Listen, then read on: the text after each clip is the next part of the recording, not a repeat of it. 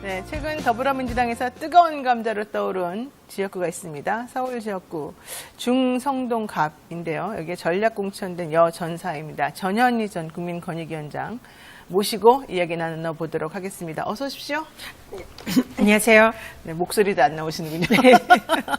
갑자기 보기 위해서. 네, 보니까 반갑고 막 뭔가 가슴이 막 메이고 그러죠? 네, 반갑습니다. 우리 변호사님이랑은 밤마다 만나다가 일찍 만나니까 더 네. 반갑고 좋습니다. 그리고 사실 권익위원장으로서 힘들 때 저희 뉴스토마토에 나오셔가지고 또 네. 얘기도 해주시고 그랬던 기억이 또 그때마다 있습니다. 힘을 많이 얻었습니다. 우리 네. 변호사님께. 그때 그 얼굴하고 지금하고 좀 사실 달라요. 얼굴빛이 그냥 반짝반짝 광채가 나기 때문에 제가 보니까 너무 반갑고 좋습니다.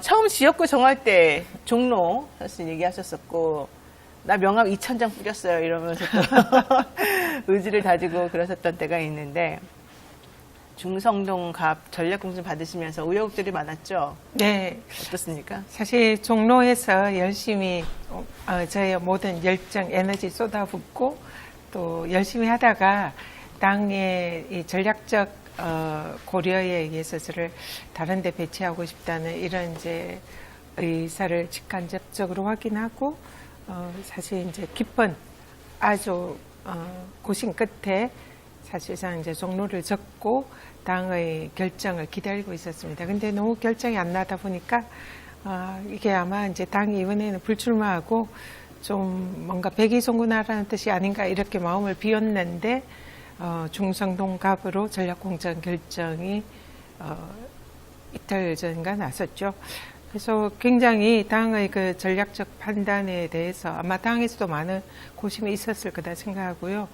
무거운 책임감을 느낍니다. 그래서 반드시 이번 선거에서 필승해야겠다. 만약에 떨어지면 제가 대역죄를 짓는다고 누가 말씀하시더라고요.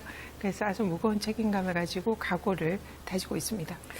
아니 뭐 전현희 전 위원장님께서 대역죄 짓는 건 아니죠. 민주당과 지금 현재 좀 여러 가지 분란을 일으키고 있는 그런 분들이 대역죄를 짓는 거죠. 사실 전현희 전 위원장님은 그 국민권익위원장으로서의 역할을 2년이었나요? 2년 동안? 3년 동안 네. 충실히 했고 그동안에 이 윤 대통령으로부터 엄청나게 탄압을 많이 받았고 그런데도 아주 흠 하나도 없이 너무 잘해가지고 정말 완벽하게 살아 돌아오셨고 탄압의 아이콘으로서 또 정말 완전 무결하게 저항했던 전다르크로서 또 모습을 갖춰주셨던 분이기 때문에 그 누구도 이 점에 대해서는 이견이 없을 거라고 생각을 하고요. 그렇기 때문에 민주당에서도 정말 귀한 자산으로서 이번에 중성동 갑에 전략공천 하신 게 아닌가 생각이 듭니다. 그럼에도 불구하고 임종석 전 비서실장 나는 그 지역을 절대 포기할 수 없다. 이제 이런 입장을 사실 내모였어요. 왜냐하면 본인이 한양대 출신이기도 하고 그 성동구청장이 삼선 내리했던 그 분이지만 친구잖아요, 오랫동안. 보좌관 출신. 네, 그러니까 보좌관이고. 네. 그 다음에 홍익표 현 원내대표하고 서로 이 지역구를 주거니 받거니 하면서 오랫동안 다져왔던 곳이기도 하고 그래서 거기에 엄청난 본인의 이제 그 지역구라고 본인의 그냥 지역이라고 딱 생각을 하시는 것 같아요. 약간 성주 느낌으로. 그러다 보니까 나는 여기가 내 동네고 내 곳인데 내 지역인데 여기를 왜 전현희에게 뺏기냐 이제 이런 생각을 좀 하는 건 아닌가 좀 생각이 들 정도로 어제 기자회견까지 열고 재고해라 이런 좀 다소 무례한 이런 요청을 좀 하는 것 같습니다. 게다가 고민정 최고위원은 임종석을 어떻게 여기를 앉을 수 있냐 나 최고위원 못하겠다 이러면서 또 자리까지 내놓은 상황이 됐거든요. 자 이런 상황 어떻게 보십니까? 좀 불편할 것 같아요, 솔직히. 일단은 제가 거기서 또 승리를 하려면 방금 말씀하신 뭐 그 세 분의 도움이 절대적으로 그렇죠. 필요하고요. 네. 그리고 또 실제로 임종석 전 실장의 경우에도 자신이 그래도 한 몇 달 동안 여기서 선거운동을 하셨고 굉장히 애정이 깊은 걸로 알고 있습니다. 그래서 제가 종로를 그만두고 선당후사 하겠다. 그때 그 결심하기까지도 정말 깊은 고심과 또 그런 고민이 있었거든요. 네. 그래서 그런 심정을 저는 일단은 충분히 공감하고 이해를 한다. 이런 말씀을 드리고 싶고요. 그렇지만은 임종석 실장이 나서나 문재인 정부에서 장관급 기관장을 하고 그렇죠. 또 이번에 총선에서 윤석열 정권 집반을 위해서 민주당이 총선 승리에 책임을 지는 그런 자리에 있다 생각합니다. 그렇기 때문에 그런 마음으로 당이 여러 가지 고려를 해서 전략적 판단을 했다 생각을 하거든요. 그래서 그렇다면은 그러한 결정에 존중하고 민주당 총선 승리에 어떤 형태든지 기여하는 것이 좀 더 바람직하지 않나 이런 생각을 하고 있습니다. 그러니까 사실은 이제 임종석 실장이 말한 게 하나가 기자회견에서 했던 말 중에 하나가 여기가 사실은 녹록한 데가 아니다. 많이 힘들다. 이제 그 얘기는 아니 그쪽에서 삼선도 하고 민주당 사람들이 많이 당선된 곳인데 어떻게 그런 말이 나오냐 했더니 거기가 엄청나게 갑자기 이제 부동산 가격이 폭등하고 발전하면서 보수 분들이 많이, 그러니까 주민 성향이 많이 바뀌었다는 겁니다. 그러다 보니까 말씀하신 것처럼 그 세 분의 도움이 없이는 사실은 당선되기가 민주당이 당선되기가 어렵다는 얘기여서 임 전 비서실장이 만약에 뭐 이런 말 죄송합니다. 몽리를 부린다거나 도움을 안 준다거나 다른 결단을 내리면 사실은 전현희 위원장님만 바보 될 수가 있는 것 같아요. 제가 봤을 때는. 그러다 보니까 절대적으로 이 당의 전략에 의해서 내가 가고 싶은 것도 포기하고 선당 후사의 마음으로 간 전현희 위원장 입장에서는 이 돌아가는 상황이 사실은 불안할 수밖에 없는 것 같거든요. 그런데 임 전 비서실장은 어제도 왕십리 앞에서 인사하고 이제 이런 행보를 보였지 않습니까? 앞으로 어떻게 되겠어요, 이러면? 임 전 실장께서 지금 이제 너무 억울한 마음에 그런 이제 지금 그런 모습을 보이지 않는가 이렇게 생각이 들고요. 충분히 저는 그 마음이 공감이 됩니다. 이해도 되고. 네, 이해도 되고요. 그래서 조금 시간이 지나면 그 좀 마음을 추스리고 이 또 민주당이 총선 승리를 위해서 뜻을 모으지 않을까 이런 기대를 하고 있고요. 저 같은 경우는 이제 공천을 받았지만 사실 이제 선거운동에 지금 거의 40여일밖에 안 남았잖아요. 그러니까 1분 1초가 매우 지금 아깝고 빨리 이제 선거운동 시작해야 되는 입장이긴 하지만 우리 임 실장님께서 좀 마음에 이 정리를 하시고 좀 여기 이제 본인이 스스로 결단을 할 때까지 좀 기다려 줄 생각입니다. 그래서 마음은 급하지만 일단은 실장님께 좀 억울하시지만 좀 대의를 위해서 저를 좀 도와주십사 하고 좀 부탁을 드리고 싶습니다. 아, 그렇군요. 혹시 임 전 비서실장하고 경선 같은 거를 해보면 어떠냐 이런 의견도 있던데 수용하실 수도 있나요? 지금 현재는 제가 계속 당의 처분과 결정에 따르겠다 이런 말씀을 드렸고 이번에도 전략공천에서 저희 이제 제 개인의 의사가 아닌 당의 결정에 의해서 했기 때문에 그 부분도 아마 당의 전략적 판단에 따라야 하지 않을까. 저는 뭐 당의 뜻에 전적으로 맡기고 따르겠다 이런 입장입니다. 그리고 이거는 조금 사실은 좀 신뢰되는 질문일 수도 있고 또 사실 정확하지 않은 질문일 수도 있습니다만 그냥 제가 여쭤보겠습니다. 임종석 실장이 친문인이라서 이번에 좀 배척된 거 아니냐. 근데 전현희 위원장님은 또 친명이라고 하기는 좀 그러지 않냐. 뭐 이런 얘기도 있거든요. 친명, 친문의 갈등이냐, 아니냐, 뭐 이런 얘기는 어떻게 보세요? 제가 종로를 접으면서 기자회견을 했었는데요. 그런 내용으로 했습니다. 제가 문재인 정부에서 장관급 기관장을 했기 때문에 저는 대표적인 친문이다. 그리고 이재명 민주당 대표 체제 당원이기 때문에 친명이다. 그래서 저는 친문이자 친명이고 또 민주당의 당원은 이런 친문이나 친명이라는 게 의미가 없다. 사실상 친민주당 아니냐. 그렇죠. 그런 말씀을 드렸고요. 그렇기 때문에 제가 뭐 친명이라고 해서 공천 혜택을 받고 임 실장이 친문이라서 불이익을 받고 이런 건 전혀 아니다 생각을 합니다. 임 실장과 저는 똑같이 문재인 정부의 장관급 기관장 출신이잖아요. 그렇죠. 그래서 그 부분에 대해서는 뭐 제가 이제 공천 받았는데 그 기사를 보니까 제가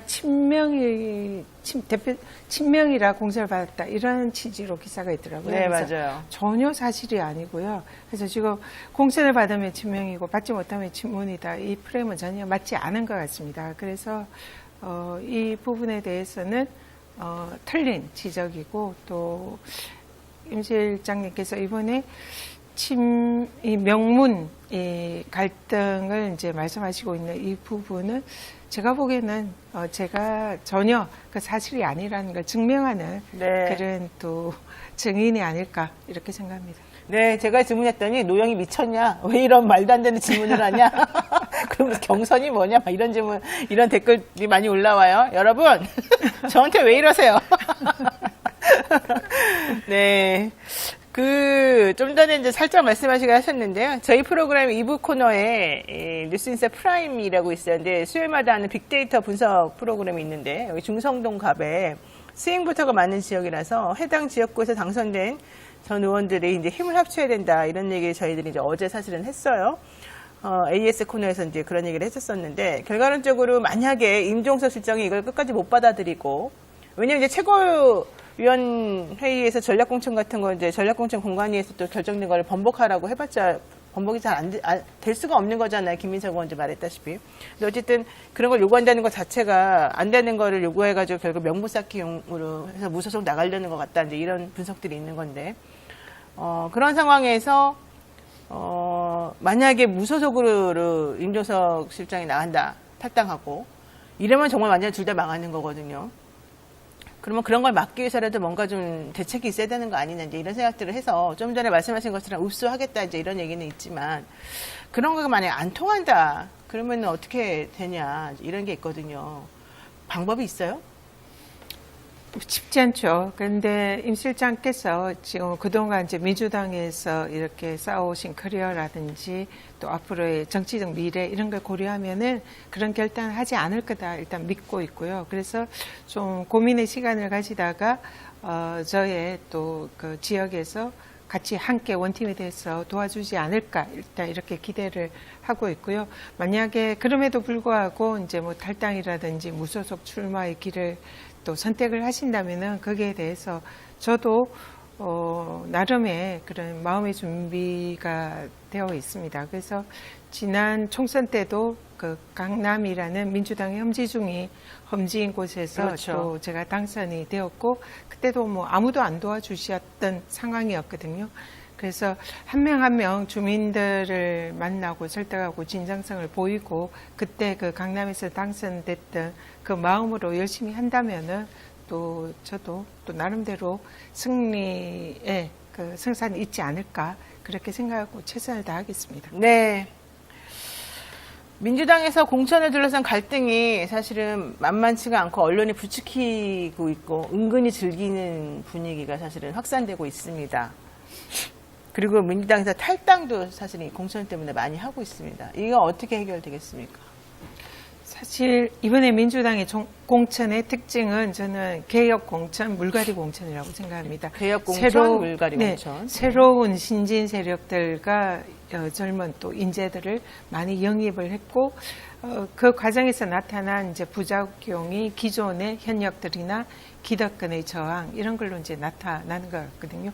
물론 이제 거기서 그러한 공천이 물갈이가 공정하고 또 시스템에 의한 거냐 이런 부분에 대해서 이제 저는 굉장히 시스템으로 공정하게 공천이 진행이 되고 있다 이렇게 생각을 하고 있는데 근데 이제 탈락하시거나 이런 분들은 그렇게 생각을 안 하시는 것 같습니다. 그 과정에서 이런 이제 갈등과 이 분열이 일어나는 거다 이렇게 보이지만 그러나 이 과정이 지나면은 저는 국민들 앞에 놓여진 이 양당의 양거대 정당의 공천이 민주당은 역동적이고 국민들의 그 여론의 지지에 부합하는 개혁 공천이라는 결과물을 보여줄 것이고 반대로 국민의힘은 고인물 공천 사실상 변하지 않는 그리고 김건희 특검을 의식한 그 현역들을 물갈이하지 않는 그런 공천이라는 게 드러날 것 같거든요. 그러면은 그 시기가 지나면은 국민들이 민주당에 결국은 손을 들어주고 민주당의 총선 승리로 결론이 나지 않을까 이렇게 생각하고 있습니다. 지금 민주당 잘하고 있어요? 지금 그 공천 과정에서 진통은 불가피하다 이렇게 보이고요. 결국에는 저는 잘한 공천으로 국민들이 평가할 거다 이렇게 보고 있습니다. 그 상대적으로 국민의힘은 좀 조용히 잘 지나가는 것 같고, 그다음에 현역도 그냥 조용조용히 한대홍문 비대위원장을 중심으로 해서 아무 무리 없이 진행되는 것처럼 일단 겉으로는 보이고, 언론들도 거기에 대해서 특별히 비판을 안 하고 있잖아요. 그러면은 국민의힘이 잘하는 거 아닙니까? 지금 현재 현상으로 보기에는 그렇게 보이죠. 근데 민주당은 굉장히 개혁적이고 역동적이고, 물론 그 과정에서 좀 시끄럽고 막 또 탈당하시거나 이런 분들이 많으니까 이제 언론에 의해서 민주당은 지금 너무 시끄럽고 분열하고 있구나. 현재는 그런 모습으로 보이지만 반대로 국민의힘은 좀 조용하게 보이고, 그래서 그냥 잘하고 있구나 이렇게 현상적으로 보일 수는 있지만 결국 본질적으로 보면은 민주당이 이 과정을 거쳐서 환골탈퇴하고 있다 이렇게 보입니다. 그리고 그것을 국민들은 사실 선거가 되면 물갈이 여론이 매우 높잖아요. 네. 그래서 결국은 국민들의 물갈이 여론 또 현역 기득권에 대한 그런 이제 변화 이런 걸 국민들이 갈망하고 계시기 때문에 거기에 부응하는 공천을 민주당이 하고 있다. 그래서 결국은 민주당에 표를 주실 것이다. 저는 이렇게 봅니다. 이수진 의원 같은 경우도 공천 탈락됐다고 정말 별별 얘기를 다 지금 사실은 쏟아내고 있는 중이고, 또 어제 서른 의원도 나가면서 연산군 얘기까지 지금 막 하면서 사실은 내부자들이 오히려 더 심하게 독설을 내뱉고 있는 중인 거잖아요. 근데 이런 걸 보면서 진보는 분열로 망한다든지 이런 얘기를 안 꺼낼 수가 없는 상황이 됐거든요. 민주당 내부에서는 이런 상황을 조금 따독따독하고 뭐 이럴 수 있는 그런 건 없습니까? 제가 지금 밖에 있으니까 내부 상황은 잘 모르지만, 네. 그러나 아마 그런 역할을 누군가 하고 계실 거다 생각을 하고요. 네. 그리고 이렇게 이제 공천에서 불이익을 받거나 이제 이렇게 당을 떠나야 하는 분들의 그 심정이나 이런 건 충분히 이해를 하고 또 정말 안타깝고 위로의 말씀을 드리고 싶습니다. 그렇지만 이 개혁 공천이라는 물갈이 공천이라는 시대적 과제에서는 누군가 불이익을 받을 수밖에 없는 거고요.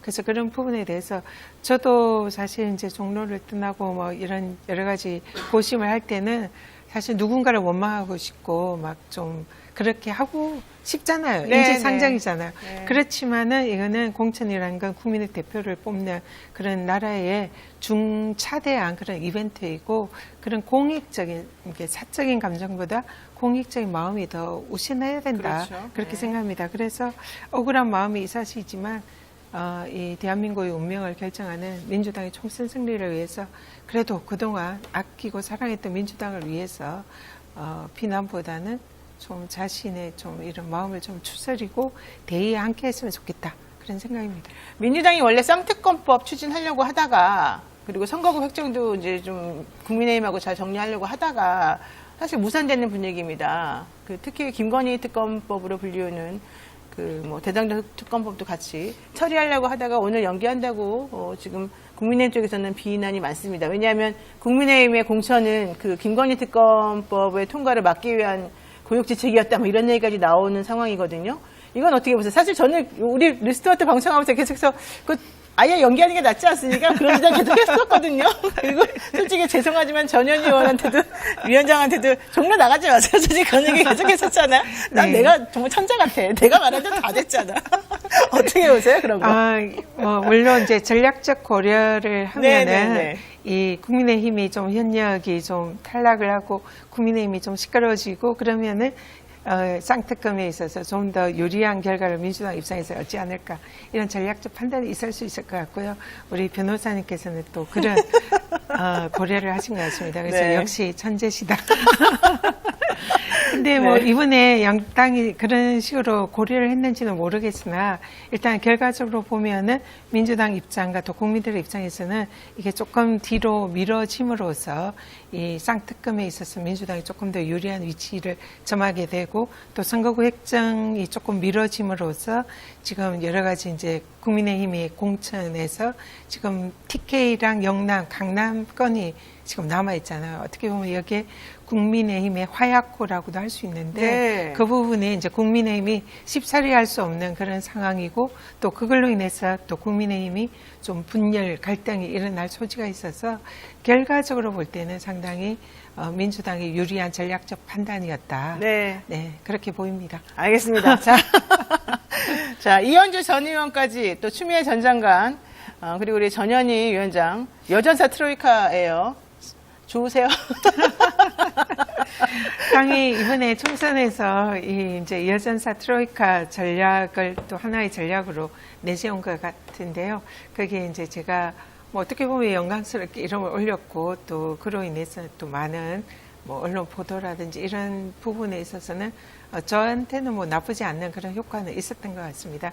그리고 이제 세 분이 또 다 훌륭한 분들이고요. 당의 중요한 전략적 자산이고요. 그래서 이런 트로이카 전략을 이번에 왜 민주당이 내세웠냐 생각을 해볼 때 민주당의 이제 이 세 사람의 여성 법조인들이 윤석열 정권의 가장 그 맞짱 떠서 열심히 싸웠던 그런 상징적인 인물들이고 이번 총선이 또 윤석열 정권 심판이라는 그런 이제 시대 정신을 가지고 민주당이 싸워야 되기 때문에 그걸 상징하는 이제 전략으로 세 사람을 내세운 게 아닌가 생각하고요.